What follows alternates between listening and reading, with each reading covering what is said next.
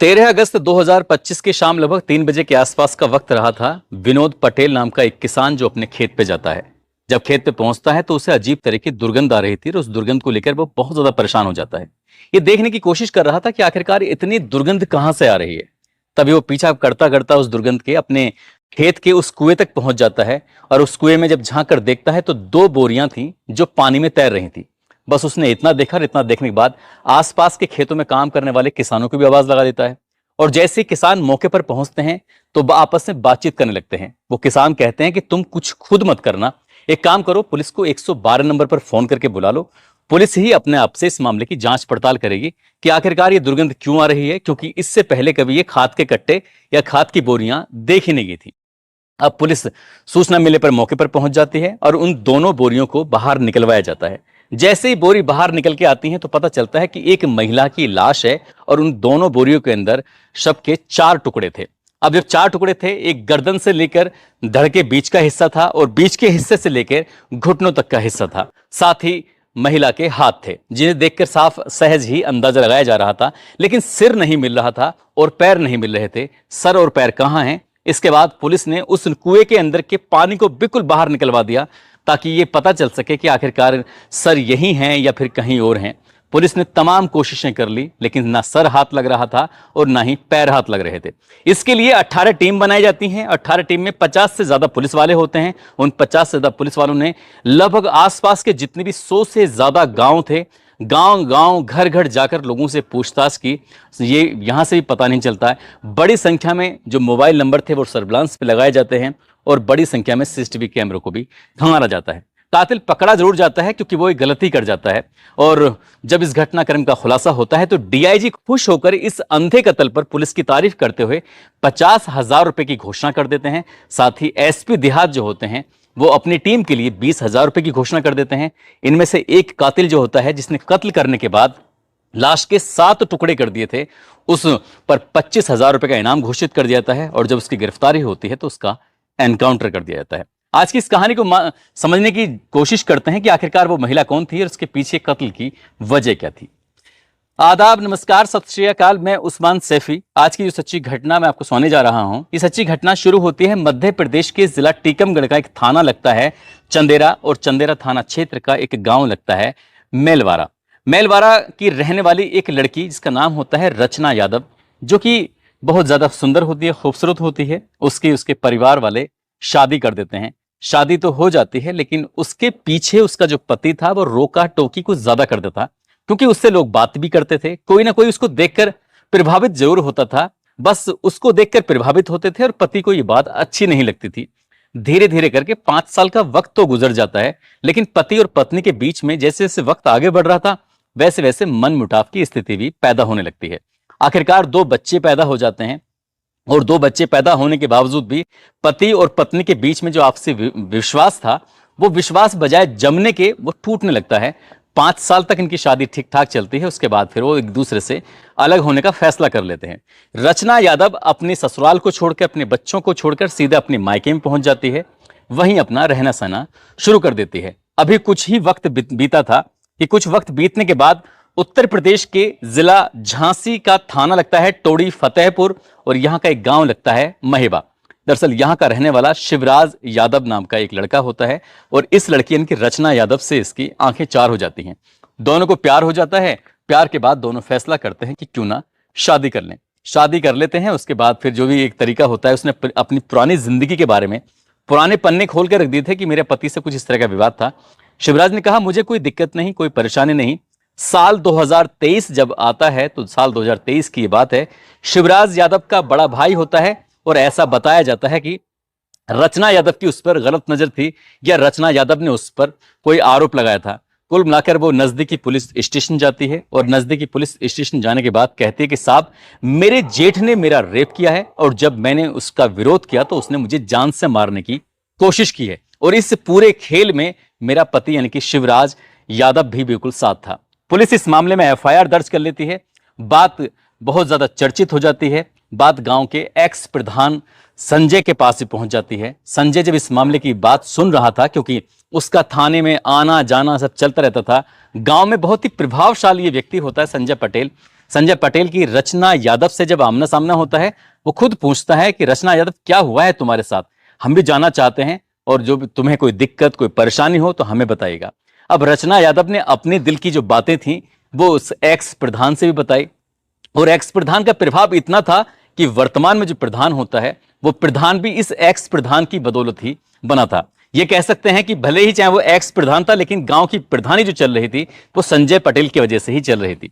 आखिरकार एफआईआर दर्ज होती है। एफआईआर दर्ज होने के बाद मामला कोर्ट पहुंच जाता है। ये गरोठा के कोर्ट में मामला विचाराधीन था। अब प्रधान जी ने इतनी ज्यादा बात आगे बढ़ा दी, क्योंकि उन्हें वो महिला इनकी रचना यादव इतनी ज्यादा पसंद आ जाती है कि उसके साथ वो आना जाना शुरू कर देते हैं, और उसकी पैरवी खुद कर रहे थे। उसने कहा कि प्रधान जी खुद उससे कहते हैं कि तुम्हें घबराने की परेशान होने की जरूरत नहीं है, पैसा चाहे कितना भी खर्च हो जाए लेकिन हम तुम्हारी बात को खराब नहीं होने देने के।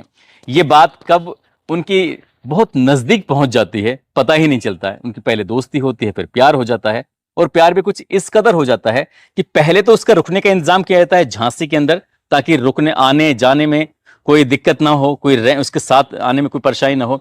बाद में उसे गुरसराय एक जगह लगती है झांसी में ही, उसको वहां पर रुकने का उसका इंतजाम कर दिया जाता है। अब प्रधान जी जब मन करता था उसके पास आते थे, जब मन करता था जाते थे। हालांकि ये बात उनकी पत्नी को पता चल जाती है, दो बेटे भी होते हैं, लेकिन पत्नी को तो किसी तरकीब से शांत कर दिया, समझा दिया, बुझा दिया। लेकिन यहां पर इसक जो था उनका लगातार परवान चढ़ रहा था, और ऐसे ही करते करते वक्त आगे जब बढ़ने लगता है, 2 साल बीत जाते हैं। जून 2025 की बात है। एक दिन खबर मिलती है कि जो रचना का पति है, जिससे क्या विवाद चल रहा है, कोर्ट में मामला चल रहा है विचाराधीन, जिसका नाम है शिवराज यादव, दरअसल उसकी मौत हो जाती है। जैसे उसकी मौत होती है तो ये महिला अब प्रधान जी से कहती है, प्रधान जी अब मुझ पे अकेला नहीं रहा जाता, मैं तुम्हारे साथ रहूंगी, जो भी हो अब तुम मुझसे शादी कर लो। बात जब शादी की आती है तो कहता है कि मैं तुमसे प्यार तो बेइंतहा करता हूं, लेकिन शादी नहीं करना चाहता, शादी मैं कर नहीं पाऊंगा, इसलिए जैसा चल रहा है इसको वैसे ही चलने दो। लेकिन जैसे ही पति की मौत होती है, अब कहीं ना कहीं उसके मन में यह था कि मैं इस तरह से रखेल बन के तो रहना बिल्कुल नहीं चाहती, शादी करके रहना चाहती हूं। लेकिन उधर वो शादीशुदा होता है, एक जो बेटे होते हैं, बेटों में एक बेटा 21 साल का उसका प्रधान का होता है। आखिरकार ऐसे वक्त चल रहा था। ये तारीख है 6 अगस्त 2025 की। इस महिला को यानी कि रचना यादव को पीरियड था, और पीरियड की वजह से उसको ज्यादा ब्लीडिंग हो रही थी। जब ज्यादा ब्लड बह रहा था तो उसने प्रधान जी को कहा कि प्रधान जी आज ज्यादा दिक्कत हो रही है, परेशानी हो रही है। वो पूछते हैं क्या दिक्कत है, उसको कहती है कि मुझे ज्यादा ही ब्लड बह रहा है। कहते हैं बिल्कुल परेशान होने की जरूरत नहीं है, मैं तत्काल एकदम से तुम्हारे पास आता हूं। उस महिला यानी कि रचना यादव को प्रधान जी लेके पहुंच जाते हैं सीधा हॉस्पिटल, और प्राइवेट हॉस्पिटल में उसको एडमिट करा देते हैं। डॉक्टर कहती हैं कि इसको एडमिट कराना पड़ेगा, क्योंकि बिना एडमिट कराए बात बनेगी नहीं। आखिरकार एडमिट करा दिया जाता है, और 2 दिन लगातार इलाज चलता है। 8 अगस्त 2025 को हॉस्पिटल से छुट्टी होने वाली थी। अब जैसे डिस्चार्ज कराने का नंबर आता है तो एक्स प्रधान जी संजय पटेल जी वहां जाते हैं। जाने के बाद बातचीत करते हैं। वो महिला कहती है कि घर तो किसी कीमत पर नहीं जाऊंगी, यहां से जाऊंगी तो सीधा कोर्ट जाऊंगी, तुम्हारे साथ शादी करनी है, अब बाकी की जिंदगी सब तुम्हारे साथ ही बितानी है। प्रधान जी कहते हैं समझने की कोशिश क्यों नहीं करती हो। वो आंसर पार्टी पकड़ के बैठ जाती है, यानी कि वो उस बेड को पकड़ कर बैठ जाती है। कहती है कि जब तक शादी के लिए हाँ नहीं करोगे तब तक यहां से नहीं जाऊंगी। आखिरकार प्रधान जी को वापस जाना पड़ता है, और एक दिन एक्स्ट्रा वो हॉस्पिटल में एडमिट रहती है। अब इतना परेशान हो जाता है प्रधान कि सीधा अपने भतीजे से बात करता है। जो इसका भतीजा है, नाम उसका संदीप पटेल है, जो कि झांसी के बिजोली में रहता है। उससे जाकर कहता है कि मैं बहुत ज्यादा परेशान हूं, दुखी हूं, बेटा करूं तो क्या करूं। अब चचा और भतीजे दोनों आपस में बातचीत कर रहे थे। भतीजा कहता है कि टेंशन क्यों लेते हो, तुम्हारा भतीजा जिंदाबाद। वो पूरी कहानी बताता है कि पिछले 2 साल में लगभग 20 लाख रुपए मैं दे चुका हूं इस औरत को, लेकिन जिद पर अड़ी हुई है कि शादी करनी है। वो कहता है कि परेशान मत हो, दरअसल जो संदीप पटेल है, साल 2022 में इससे एक लड़की का मर्डर हो जाता है, और इसी मामले में भी जेल जाता है। जब ये जेल गया था वहां इसकी दोस्ती होती है प्रदीप उर्फ दीपक अहिरवार से। वो अपने दोस्त से कहता है कि हमारे चाचा आजकल बहुत परेशानी में है, हमें चाचा की मदद करनी चाहिए। अब जैसी बात आती है मदद करने की, कहते हैं कि कोई बात नहीं, देखा जाएगा। ये प्लानिंग करते हैं। अब चचा के साथ भतीजा अपनी कार लेके पहुंच जाता है हॉस्पिटल में 9 अगस्त 2025 को। वहां जाने के बाद उसको डिस्चार्ज कराते हैं। वो कहती है कि मुझे यहां से जैसे डिस्चार्ज होंगी सीधा कोर्ट जाना है, शादी करनी है, अगर शादी करनी है तो ठीक है, नहीं तो फिर यहीं पड़ जाऊंगी। उससे हाथ पैर जोड़ता है, कहता है कि महाराज आज नहीं, एक काम करो, हम कल चलेंगे, यानी कि 10 अगस्त को चलेंगे, आज नहीं।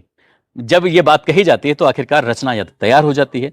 अब चचा भतीजे उसे अपने साथ लेके जब जाने लगते हैं तो भतीजा गाड़ी चला रहा था, और रचना यादव पीछे बैठी थी। प्रधान जी भी उसके एकदम बगल में बैठ जाते हैं, उससे प्यार का इजहार कर रहे थे और कह रहे थे कि बिल्कुल परेशान होने की जरूरत नहीं है, वैसे भी 2-3 दिन तुम हॉस्पिटल में एडमिट रही हो, दिमाग वैसे ही खराब हो गया होगा, आओ चलो कहीं सैर सपाटा करने के लिए चलते हैं, घूमने के लिए चलते हैं। जहां हॉस्पिटल था वहां से लगभग 70 किलोमीटर दूर एक लहचूरा एक बांध लगता है, वो उधर चलने लगते हैं। जब उधर जा रहे थे रास्ते में कस्बा पड़ता है, और जो कस्बा पड़ता है तो रास्ते में एक उन्हें शराब की दुकान दिखाई दे जाती है। प्रधान जी कहते हैं कि यार बहुत मैं तकलीफ में हूं, टेंशन में हूं, क्यों ना यार शराब पी जाए। अब शराब पी वाली बात आती है तो जो दोस्त होता है इसका संदीप का, प्रदीप, वो भी रास्ते मिल जाता है। आखिरकार शराब ली जाती है, बैठ के तसल्ली से शराब पीते हैं। वक्त को जाया कर रहे थे, खराब कर रहे थे, यानी कि दिन का वो चले हुए थे और दिन होते होते कब शाम हो जाती है और शाम होते होते कब रात होने लगती है, पता ही नहीं चलता। रचना यादव कहती है कि बहुत ज्यादा शराब पी ली है, घर चलते हैं, अब एक काम करो, ज्यादा रात हो रही है। अब ऐसे करते करते ये सीधा पहुंच जाते हैं लहचूरा के बिल्कुल बांध के एकदम करीब पहुंच जाते हैं। इसी बीच में शराब के नशे में प्रदीप एकदम गुस्से में आता है और कहता है कि रचना यादव से कि देख रचना, सीधे सीधे साफ साफ कह रहा हूं, प्रधान जी तो सब बिल्कुल भी ब्याह ना करने के हैं, इसलिए ज्यादा टेंशन लेने की बिल्कुल भी जरूरत ना है। कुछ इसी अंदाज में जब प्रदीप ने ये बात कही तो रचना यादव को बहुत ज्यादा गुस्सा आ जाता है। कहते कि तुम्हारी हिम्मत कैसे हुई, तुम होते कौन हो ये बात कहने वाले कि प्रधान जी मुझसे शादी करेंगे नहीं करेंगे। वो कहता है कि मैं जो कह रहा हूं बिल्कुल सही कह रहा हूं। क्यों प्रधान जी, हम जो कह रहे हैं बात सही है गलत है? अब प्रधान जी की सपोर्ट में भतीजा है और भतीजे का दोस्त प्रदीप है, तभी प्रधान जी कह देते हैं कि हाँ ये बिल्कुल सही कह रहे हैं। जैसे ये बात रचना सुनती है तो रचना को बिल्कुल भी यकीन नहीं आ रहा था। रचना कहती है कि चलो ठीक है चलते हैं, और जब जाएंगे ना तो उसके बाद फिर जो आगे होगा उसकी तुमने शायद कभी कल्पना भी नहीं की थी। जब ऐसा कुछ होता है तो कहा सुनी हो जाती है।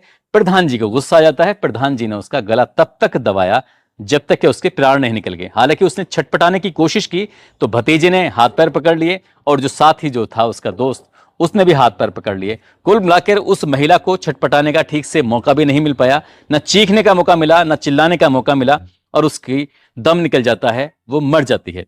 रात ज्यादा हो जाती है। उन्होंने प्लान बनाया कि क्यों ना इस महिला को बहुत सारा वजन इसके साथ बांध दिया जाएगा, और बांधने के बाद जो ये लहचूरा बांध है दरअसल इसमें फेंक देते हैं, लाश पड़ी रहेगी, वजन के मारे कभी उठ के ऊपर आएगी नहीं, और यहां से जब इसकी लाश ही नहीं मिलेगी तो हम कभी पकड़े भी नहीं जाएंगे।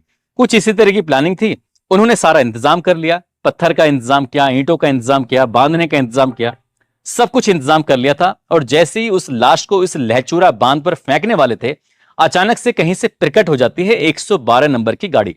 जैसे 112 नंबर की गाड़ी प्रकट हो जाती है, उसके जो एक तो रात में लाइट बहुत दूर भी होती है तो ऐसा लगता है एकदम बहुत करीब में है। तब ये तीनों बहुत ज्यादा डर जाते हैं, घबरा जाते हैं, कहते हैं कि पुलिस को अगर इस बात का पता चल गया तो मामला खराब हो जाएगा, इसलिए यहां से निकल जाते हैं। इससे पहले कि पुलिस उनके पास तक पहुंचती वो वहां से निकल जाते हैं और यहां से फिर पहुंच जाते हैं लखेरी बांध पर। लखेरी बांध जो होती है, जब वहां पहुंचते हैं तो यहां भी यही काम करने वाले थे, लेकिन इसी बीच में कहीं से गार्ड प्रकट हो जाता है। प्रकट होता है, भैया में तुम या बांध पे क्या कर रहे हो, सब कुछ खैरियत तो है, कोई दिक्कत परेशानी तो नहीं है। जब गार्ड ने इस तरह की बात कही तो उन्होंने लगा कि शायद यहां भी बात खुल जाएगी, चलो यहां से चलते हैं। अब यहां से सीधा पहुंच जाते हैं वो खजूरी नदी पर। खजूरी नदी पर जैसे ही पहुंचते हैं तो वहां पहले से ही गार्ड खड़ा हुआ था। आखिरकार वो परेशान हो जाते हैं और परेशान होने के बाद कहते हैं कि लाश गाड़ी के अंदर रखी हुई है, अब इसका करें तो क्या करें। तभी प्रधान जी के दिमाग में ख्याल आता है कि जो हमारा गांव है ना अपना महेवा, महेवा गांव से 5 किलोमीटर दूर एक गांव लगता है किशोरपुर, जो कि थाना टोड़ी फतेहपुर में लगता है। और उस गांव में जो एक कुआं है, और कुएं के आसपास ना तो कोई सीसीटीवी है ना कोई रिहायशी है, वहां कोई नहीं मिलेगा, वहीं चलते हैं सीधा। अब उस तीनों जने वहां पहुंच जाते हैं। इस महिला की लाश गाड़ी के अंदर थी, रात थोड़ी ज्यादा हो रही थी, 9 अगस्त 2025 की वो तारीख थी। आखिरकार वहां जाने के बाद रचना यादव के शरीर के अलग अलग करके 7 हिस्से किए जाते हैं, यानी कि इसको गर्दन से अलग किया जाता है, साथ ही धड़ को काटा जाता है, दोनों हाथ काटे जाते हैं, और उसके बाद घुटनों से दोनों पैरों को अलग कर दिया जाता है। उनके पास खाद की बोरियां थी, खाली कट्टे थे, उन खाली बोरियों के अंदर लाश को रखा जाता है। बहुत सारा वजन यानी कि ईंट और पत्थर उसके अंदर रखे जाते हैं। और पैर को छोड़ के तो उस कुएं में डाल देते हैं, और कुएं में डालने के बाद यहां से निकल जाते हैं और लगभग अपने ही गांव से 7 किलोमीटर दूर लखेरी नदी के पुल पर जो थे बाकी हिस्से उसको फेंक दिए जाते हैं। और जैसे ही ये बाकी हिस्से फेंके जाते हैं, अब ये सोच रहे थे कि शायद कभी पकड़े नहीं जाएंगे, लेकिन जो रचना यादव थी वो अपने भाई से बातचीत किया करती थी कभी कभार। अब रचना के भाई ने 9 तारीख को जो फोन किया है, 9 की रात को, तो उसका नंबर बंद आ रहा था। वो परेशान हो जाता है कि बहन का नंबर क्यों बंद आ रहा है, क्या दिक्कत है। 10 को फोन करता है, 11 को फोन करता है। धीरे धीरे करके वक्त आगे बढ़ रहा था। उधर जो पुलिस को लाश मिलती है तो पुलिस लगातार कोशिश कर रही थी कातिल को ढूंढने के लिए, लाश की शिनाख्त करने के लिए। आखिरकार ये थाने में पहुंच जाता है इस लड़की का भाई, टोड़ी फतेहपुर में, क्योंकि इसी इलाके में ही तो उसकी ससुराल थी, महेबा में। जब वहां जाता है, जाने के बाद कहता है कि मेरी बहन है, कई दिन से उससे बातचीत नहीं हो पा रही है, साहब एक बार देख लीजिए, पता कर लीजिए। मोबाइल का नंबर दिया जाता है, उसकी सीडीआर निकलवाई जाती है, लोकेशन निकलवाई जाती है, तो पता चलता है कि महेबा के पूर्व प्रधान संजय पटेल इस रचना यादव से बहुत सारी बातें किया करते थे। हालांकि गांव के इलाके के लोगों को पता था, गांव के लोगों ने सुबुगाहट के तौर पर कहा कि हो सकता है कि ये लाश रचना यादव की हो, लेकिन किसी की थाने में जाकर कहने की हिम्मत नहीं थी। आखिरकार उस लड़की के यानी कि उस महिला के भाई ने जाकर जब थाने में बातचीत करती है और पुलिस ने जब कड़ियों को जोड़ना शुरू किया, तो ये सीडीआर की वजह से आखिरकार प्रधान जी कब्जे में आ जाते हैं। जब पुलिस प्रधान जी को 20 अगस्त 2025 को पकड़ती है तो ये पता चलता है कि वो कहते हैं कि रचना यादव तो जिंदा है, किसी ने झूठी अफवाह फैला दी होगी, मैं अभी 1 घंटे में लेके आ रहा हूं, आप थाने पहुंचो। जैसे ही वो पुलिस ने उसे छोड़ा, वो वहां से निकल जाता है, लेकिन पुलिस से ज्यादा भाग नहीं पाता है। आखिरकार पुलिस उसे पकड़ लेती है। उसका जो भतीजा होता है संदीप, उसको भी पकड़ लेती है, और भतीजे का जो दोस्त होता है प्रदीप, आखिरकार उसको भी पकड़ा जाता है। लेकिन दुगांत गांव के पास पुलिस की उससे मुठभेड़ हो जाती है, और जैसी मुठभेड़ होती है तो पुलिस की गोली उसको लग जाती है, क्योंकि वो पुलिस पर लगातार फायरिंग कर रहा था। उसी ने कुल्हाड़ी से 7 टुकड़े किए थे उस महिला के, महज 15,000 रुपए के लिए। और वैसे जब 15,000 रुपए दिए जा रहे थे, उसने कहा प्रधान जी आपके लिए तो जान भी कुर्बान है, कैसी बात कर रहे हो, आप एक बार नहीं कई कत्ल कर सकते हैं। इस तरह की बड़ी बड़ी वो हाँक रहा था। लेकिन जब पुलिस ने जब उसको की गोली लग जाती है, तब वो रोने लगता है और सबके सामने कह रहा था कि अब भविष्य में कभी ऐसा अपराध नहीं करूंगा। इस घटनाक्रम का खुलासा हो जाता है और डीआईजी खुश होकर इस पुलिस की टीम को 50,000 रुपए की घोषणा करते हैं। साथ ही एसपी देहात 20,000 रुपए की घोषणा करते हैं। और पुलिस की खूब वाहवाही हो रही थी, क्योंकि वाकई ये अंधा कत्ल था, कातिल को ढूंढ पाना बहुत मुश्किल था। उन्होंने बहुत अच्छी चाल चली थी कि आधा हिस्सा अलग फेंकेंगे, सर मिलेगा ही नहीं तो पहचान हो ही नहीं पाएगी। दोस्तों, इस पूरे घटनाक्रम को सुनाने का उद्देश्य किसी को परेशान करना नहीं है, किसी का दिल दुखाना नहीं है, बल्कि आपको जागरूक करना है, आपको सचेत करना है। और इस कहानी से कहीं ना कहीं ये पता चलता है कि जो ये महिला है, इस महिला का जो चरित्र था शायद वो ठीक नहीं था। यही कारण था कि उसकी शादी होती है, 5 साल पहले पति के साथ रह पाती है, दूसरी शादी करती है, उससे भी बात नहीं बन पाती और जेठ पर ये रेप जैसा आरोप लगा देती है। और ये अपने पति और जेठ पर आरोप लगाती है, तो गांव के प्रधान से इसका अफेयर शुरू हो जाता है। अब गांव के प्रधान से अफेयर के बाद फिर उससे शादी भी करना चाहती है, ये जानते हुए कि वो शादीशुदा है और उसके 2 बेटे भी हैं। इसलिए महिला को शायद गैर मर्दों की लत लगी हुई थी और इसलिए उसने ये सब काम करने की कोशिश कर रही थी। जाते जाते पिंटू शर्मा जो कि सिंगर हैं, सवाई माधोपुर के रहने वाले हैं, मोहम्मद सगीर, मोहम्मद साहिब अमेठी से, अशरफ अली हैं, गोरखपुर से सुरेश कुमार यादव हैं, हिमाचल प्रदेश से लवली राणा हैं, मुंबई से शहजाद अहमद, राजस्थान से एजाज गुड्डू, कटनी से राजू, आजमगढ़ से सौरभ गुप्ता, दुमका से ज्ञानदेव पंडित, मध्य प्रदेश से ब्रजेश कुशवाहा, अयोध्या से कुंज यादव, जफर शेख, सिद्धार्थ नायक, जलालाबाद से कमोद सिंह राजपूत, दिल्ली से रामचंद्र मीणा, अल्मोड़ा से निर्मला तिवारी। इन लोगों ने नाम लेने की अपील की थी। आप सब लोग अपना ख्याल रखें, सुरक्षित रहें। जय हिंद, जय भारत।